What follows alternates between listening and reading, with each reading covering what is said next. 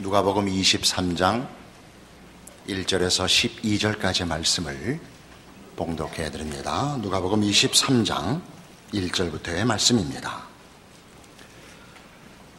무리가 다 일어나 예수를 빌라도에게 끌고 가서 고발하여 이르되 우리가 이 사람을 보매 우리 백성을 미혹하고 가이사에게 세금 바치는 것을 금하며 자칭 왕 그리스도라 하더이다 하니 빌라도가 예수께 물어 이르되 네가 유대인의 왕이냐?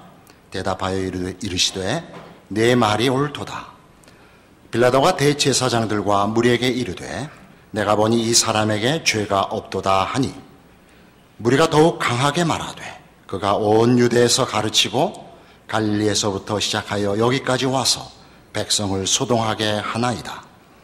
빌라도가 듣고 그가 갈릴리 사람이냐 물어 헤롯의 관할에 속한 줄을 알고 헤롯에게 보내니 그때에 헤롯이 예루살렘에 있더라.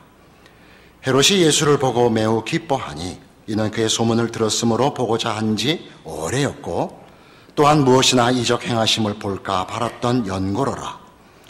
여러 말로 물으나 아무 말도 대답하지 아니하시니 대제사장들과 서기관들이 서서 힘써 고발하더라. 헤롯이 그 군인들과 함께 예수를 업신여기며 희롱하고 빛난 옷을 입혀 빌라도에게 도로 보내니 헤롯과 빌라도가 전에는 원수였으나 당일에 서로 친구가 되니라. 이제 예수님은 빌라도에게 넘겨집니다. 왜냐하면 유대는 당시 로마의 속국이었고 사형을 언도하고 집행할 권리가 없었습니다. 그것은 로마 행정기관만이 할 수 있는 권리였기 때문에 이제 대제사장들은 예수를 빌라도에게 넘겨 그의 사형을 요구하게 되는 것입니다. 빌라도는 예수에 대하여 당신이 유대인의 왕이 맞느냐라고 묻고 예수님은 그렇다고 대답합니다. 죄가 없다라고 헤롯은 빌라도는 판단을 했고 도대체 죄가 없으니 풀어주자. 그러나 대제사장들과 그 합세한 무리들은 죽여야 된다고 강변하고 있습니다. 그가 갈릴리 사람이라는 말을 듣고 그래서 빌라도는 이 문제를 책임을 면하기 위하여 헤롯에게 보냅니다. 헤롯은 예수님 태어날 때 있었던 유대의 왕 헤롯은 아버지, 헤롯 대왕이라고 부르는 아버지입니다. 여기에 등장하는 헤롯은 그의 아들입니다. 헤롯은 로마로부터 유대 통치권을 인정받지만 그가 죽은 다음에 아들들은 그 아버지의 통치 영역을 다 물려받지 못하고 그 통치 영역이 이렇게 분할되어서 지금 여기 등장하는 헤롯 안티바스는 갈릴리 지방 정도 크기로는 정확치 않지만 우리의 이해를 돕자면 도지사쯤으로 이제 그 권력이 축소된 상태에 있었습니다. 그래도 어쨌든 그는 유다의 왕으로 지위를 갖고 있었고 빌라도는 로마의 유대 총독으로 와 있는 사람이고 적지 않은 정치적인 갈등이 있었던 것으로 전해지고 있습니다. 유대 민족은 특별한 민족의식을 가지고 있고 믿지 않는 로마의 하나님을 모르는 로마의 속국이 된 것을 참지 못하여 늘 반란의 준비가 돼 있는 나라이고 통치자로 와 있는 빌라도는 넉넉한 군사력을 갖고 있지 못했습니다. 치안 유지용 정도의 군사밖에 갖고 있지 못해서 늘 마음에 불안스러운 이 자리를 지키고 있었고 서로 부닥치고 빌라도와 헤롯 사이에 적지 않은 견해 차이가 늘 상존했는데 이 문제로 친해졌다 라고 성경은 증언하고 있습니다. 빌라도와 헤롯은 예수를 앞에 세우고 무례하고 또 자기네들의 권력보다 권력으로는 다룰 수 없는 하나님을 조롱합니다. 헤롯이 특히 그래서 11절에 보듯이 헤롯이 그 군인들과 함께 예수를 업신여기며 희롱하고 빛난 옷을 입혀 빌라도에게 도로 보냅니다. 우리는 이미 시작에서도 22장 63절에 지키는 사람들이 예수를 희롱하고 때리며 그의 눈을 가리고 물어 이르되 선지자 노릇하라 너를 친 자가 누구냐 하고 이외에도 많은 말로 욕하더라 라는 이미 당시 상황에 대한 서술을 읽은 적이 있습니다. 이 모든 일에 예수님이 침묵하시는 것이 이 장면에서 가장 돋보입니다. 침묵한다는 건 무엇일까요? 누가복음 22장 24절에서 우리는 이 잡히시던 밤에 예수님께서 제자들의 이런 귀한 당신의 사역과 가르쳐야 할 핵심에 대하여 이런 가르침을 준 사실을 기억해야 됩니다. 또 그들 사이에 그중 누가 크냐 하는 다툼이 난지라 예수께서 이르시되 이방인의 임금들은 그들을 주관하며 그 집권자들은 은인이라 칭함을 받으나 너희는 그렇지 않을지니 너희 중에 큰 자는 젊은 자와 같고 다스리는 자는 섬기는 자와 같을지니라. 앉아서 먹는 자가 크냐 섬기는 자가 크냐 앉아서 먹는 자가 아니냐. 그러나 나는 섬기는 자로 너희 중에 있노라.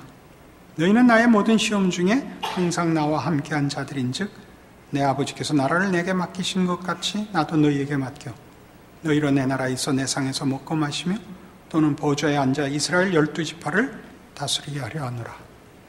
내 나라는 섬기는 나라다. 너희가 나와 함께 항상 내가 어떤 시험 앞에 있었는 줄 보았지 않느냐. 그러므로 아버지께서 나라를 내게 맡긴 것 같이 나도 너희에게 맡기노라.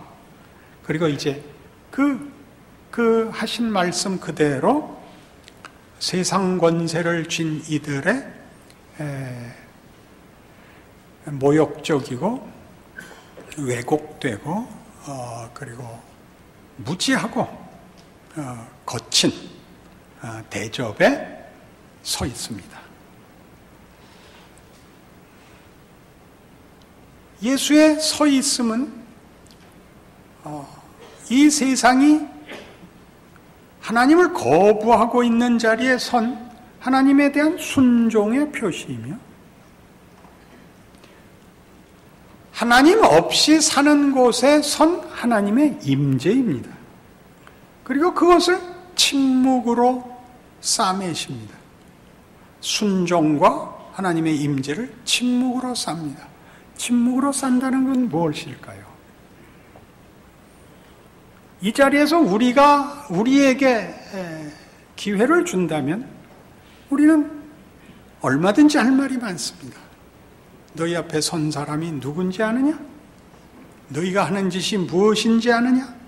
얼마든지 우리는 고함을 지르고 저들의 죄악된 것과 무지함을 지적할 수 있고 예수를 위하여 얼마든지 변명할 수 있을 것입니다. 그 모든 것을 예수님은 안 하시는 것입니다. 안 한다는 건 어떤 뜻이냐? 우리가 우리 인생을 살면서 어떤 사람에게 무슨 말을 할 때는 부탁을 하는 말이든지 아니면 뭐라고 충고를 하는 말입니다. 부탁을 하는 말이야 다 이해하니까 접어두고 오늘 내용과 관계되는 뭐라고 충고하는 말을 봅시다. 충고를 하는 가장 큰 이유는 뭡니까? 상대방이 틀린 것으로 인하여 내가 짐이 돼서 그럽니다. 우린 상대방을 위하여 진심 어린 충고를 하지 못합니다. 짐이 돼서 그렇습니다. 나와 관계 있는 이 사람이 잘못을 하면 그 사람이 저지른 일에 대하여 짐을 그 사람이 대부분 지겠지만 나눠줘야만 됩니다. 그 파편이 나에게 튑니다. 그래서 우리는 고함을 지르는 겁니다. 그리하지 마라 라고요. 그러지 말라라고요. 하나 더 들어가면 그가 저지르는 일로 인하여 함께 엮일 나에 대한 평가, 불이익, 이것을 미리 사전에 차단하는 것입니다. 나는 저 사람과 같은 부류가 아니다. 이건 너 혼자 짊어져라. 나는 너한테 분명히 충고했다. 하지 말라 그랬다. 이제부터 일어나는 일은 네가 100% 책임을 져라. 이게 화내는 겁니다. 그러니까 이 화내는 법 중에 교묘하게 우리 많이 쓰는 것이 우는 겁니다. 운다는 건 뭐죠? 진심을 전해서 분명한 증거를 남기는 겁니다. 울었다. 나는 나 할 일 다 했다. 조금 더 가면 뭐죠? 우는 것보다 좀 더 가면 삭발을 하지요. 나는 나 할 일 다 했다. 나 그거 하지 말라 그랬다. 내 머리를 봐라. 머리 깎은 게 그 표다. 하나 더 가면 뭐 있죠? 혈서를 쓰죠. 혈서를. 그래서 어떻게 하자는 거예요? 져야 되는 짐을 100% 상대에게 전부 떠넘기는 것이죠. 선뜻 이해가 안 가시죠? 예수님이 지금 그거 하시는 겁니다. 너희들 잘못하는 거다? 너희들 내가 누군지 모른단 말이냐? 이렇게 얘기함으로써 주께서 져야 되는 짐의 책임을 저들에게 떠넘기지 않으시고 당신이 져야 하는 짐으로 다 수용하는 것입니다. 저들의 모욕과 조롱과 억울함을 설명하지 않고 반박하지 않음으로써 이건 내가 가야 되는 길, 내가 감수해야 되는 일이라고 수용하시는 것입니다. 그것이 예수의 침묵입니다. 우리가 어려운 시합을 당하면 뭐 많았죠. 말하자면 우리가 스페인하고 축구를 해야 된다. 그럼 선수들이 삭발을 하면 책임을 면하는 겁니다. 우린 우리 할 거 다 했다. 축구 선수가 삭발을 하지 말고 골을 넣어야죠. 골을 넣어서 이길 자신이 없으니까 삭발을 한단 말이에요. 이렇게 도망가지 않으신다는 거예요. 예수님이 자신이 걸어야 할 길을 내가 걸어야 할 길, 죽임을 당해야 할 길로 알고 가고 계시단 말이에요. 이런 건 우리에게 무슨 의미가 있느냐라고 물으실 거예요. 예수님에 대한 연민, 예수님에 대한 감탄? 이게 아니고 하나님이 우리를 사랑하시고 우리를 구원하시는 하나님의 방법으로 예수를 십자가에 죽이셨다는 것을 기억하려는 거죠. 다시 말해 그의 십자가로 구원을 받은 자들의 존재와 인생을 바로 예수가 걸으신 길로 우리에게 요구하는 것이 신자된 인생이라는 거죠. 고린도후서 12장에 가보실까요? 7절 말씀 보시죠. 298페이지 신약성경입니다. 여러 계시를 받은 것이 지극히 크므로 너무 자만하지 않게 하시려고 내 육체에 가시고 사단의 사자를 주셨으니 이는 나를 쳐서 너무 자만하지 않게 하려 하심이라. 이것이 내게서 떠나가게 하기 위하여 내가 3번 주께 간구하였더니 나에게 이르시기를 내 은혜가 네게 족하도다. 이는 내 능력이 약한 데서 온전하여 짐이라 하신지라. 그러므로 도리어 크게 기뻐함으로 나의 여러 약한 것들에 대하여 자랑하리니 이는 그리스도의 능력이 내게 머물게 하려 함이라. 이게 괴이한 말씀이죠. 바울이 하나님 앞에 3번이나 기도한 것은 복음을 전하는데 너무 치명적인 약점을 본인이 안고 있었기 때문입니다. 바울은 어떤 약점을 안고 있었는지는 모르지만 성경에는 내 몸에 너희를 시험하는 것이 있다, 이렇게 표현한 걸 보면 뭔가 하여튼 치명적인 그의 복음 사역에 분명히 장애물이 되는 뭐가 있었던 것 같습니다. 그러니까 복음을 전하고 이 중요한 말씀을 전해야 되는데 그것이 늘 방해가 됐겠죠. 우리는 사실 예수를 믿고 나면 예수님이 우리를 위해 십자가를 졌다는 것이 무엇인지를 거의 오해합니다. 내가 예수를 믿었으니 세상이 주는 것보다 더 큰 것으로 하나님이 나에게 보상해 주십시오 라는 기복적인 기대를 누구나 하게 됩니다. 그래서 예수를 믿는 것이 세상 앞에서도 세상이 만들 수 있는 것보다 더 큰 것을 만들어서, 예를 들면 세상이 못 고치는 병을 고친다든가 세상이 주지 못하는 평안을 준다든가 하는 것으로 내가 증명을 받기를 바랍니다. 예수를 믿는 어려움은 세상보다 더 큰 진리와 영생을 믿고 있는데 세상이 주는 것만큼도 보상이 없다는 것이 신자들에게는 어렵습니다. 내가 예수를 믿는다는 것을 세상 사람들로부터 확인을 받을 방법이 없습니다. 예수를 믿는데 왜 더 힘드냐? 이 말이 신앙인으로서 자존심도 상하고 신앙을 지키는 데 있어서도 괴롭습니다. 그러니까 뭘로 이 책임을 하나님께 떠넘기냐면 철야, 금식으로 가는 겁니다. 그게 아까 얘기한 혈서 쓰고 머리 깎는 겁니다.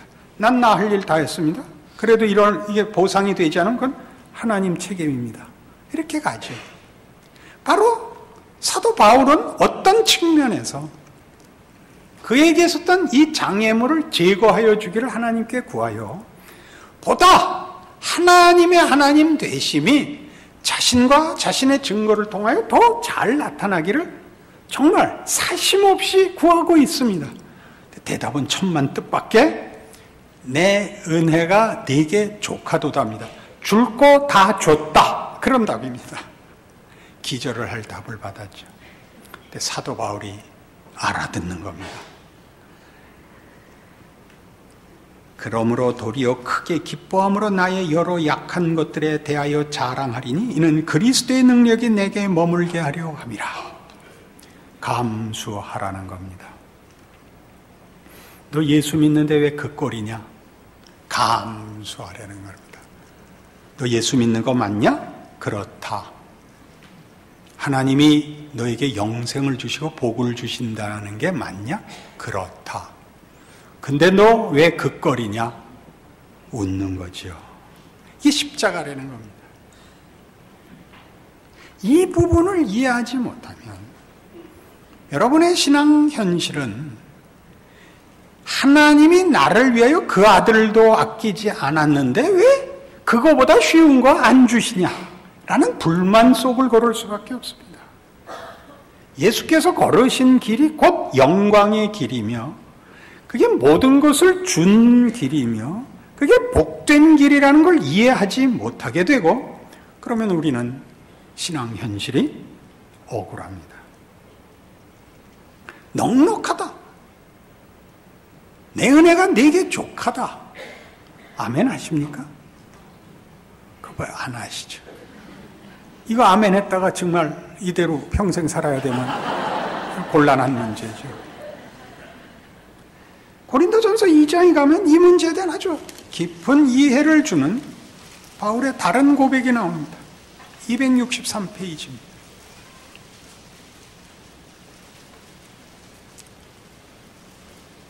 고린도전서 2장 1절입니다. 형제들아, 내가 너희에게 나아가 하나님의 증거를 전할 때 말과 지혜의 아름다운 것으로 아니하였나니 내가 너희 중에서 예수 그리스도와 그가 십자가에 못 박히신 것 외에는 아무것도 알지 아니하기로 작정하였습니다.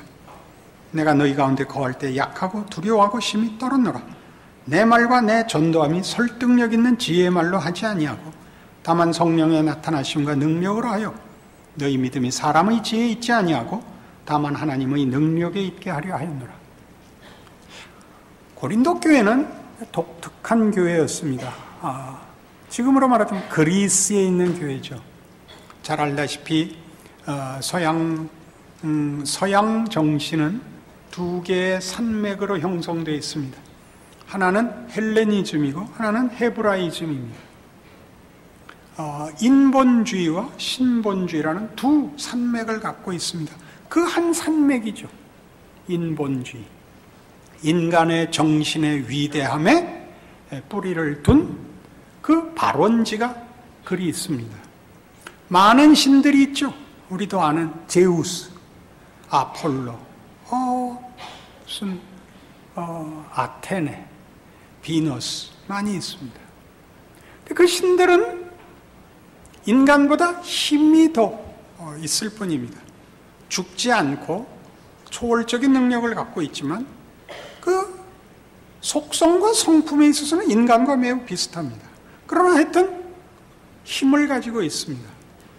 그리스 신화에서 신의 사자는 신과 인간의 중간쯤의 지위를 갖고 있습니다. 근데 고린도 교회 교인들이 보니까 사도 바울은 이런 모든 신보다 더 뛰어난, 이 신들은 다 가짜고 진정한 신의 사자라는데, 이 신의 사자가 신과 자기의 사이에 있지 않고 신과 고린도 교회 밑에 있는 겁니다. 이제 고린도 교회와의 바울과의 아주 깊은, 뿌리 깊은 갈등이 됩니다. 바울이 신의 사자인 것이 맞느냐라는 사도권에 대한 도전에 사도 바울이 늘 직면해 있습니다. 그래서 그 중에 그걸 뿌리로 둔 채 이 말을 합니다. 내가 너희에게 복음을 전할 때 내가 얼마나 걱정했는지 아느냐?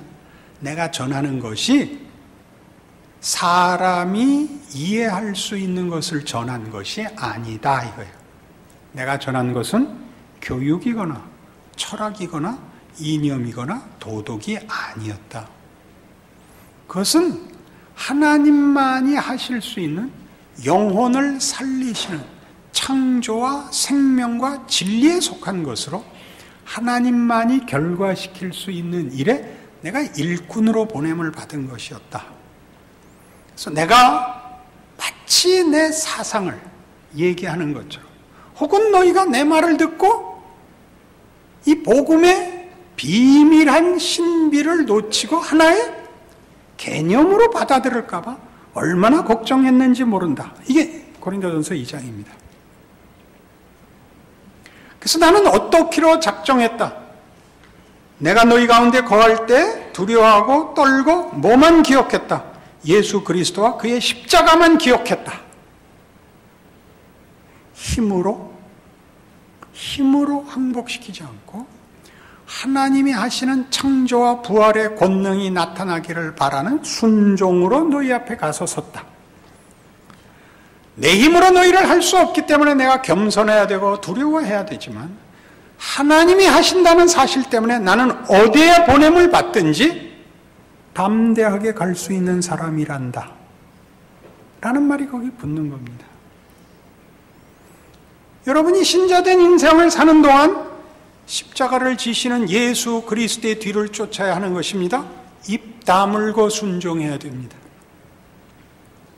하나님이 억울한 자리, 말이 안 되는 자리로 여러분을 몰아넣으실 것인데 그것은 절대 손해보는 자리가 아니며 부족한 자리가 아니며 외면당하는 자리가 아니랍니다. 왜냐하면 하나님이 우리를 통하여 하시려는 일들은 하나님의 권능으로만 하실 수 있는 신적 축복, 신적 능력, 신적 목적이기 때문입니다. 내가 가진 것으로 무엇을 만들어야 되는 일이 아니라 우리가 가진 것으로 만들 수 없는 일을 만들기 위하여 하나님이 나를 보내셨다는 걸 알기 때문에 나는 기꺼이 입 다물고 순종할 수 있다. 내가 최선을 다한다는 표를 혈서 써서 증명할 필요 없다. 감수해야 되는 인생이요 내 존재다 라고 얘기하는 것입니다. 아멘 한번 해보실까요?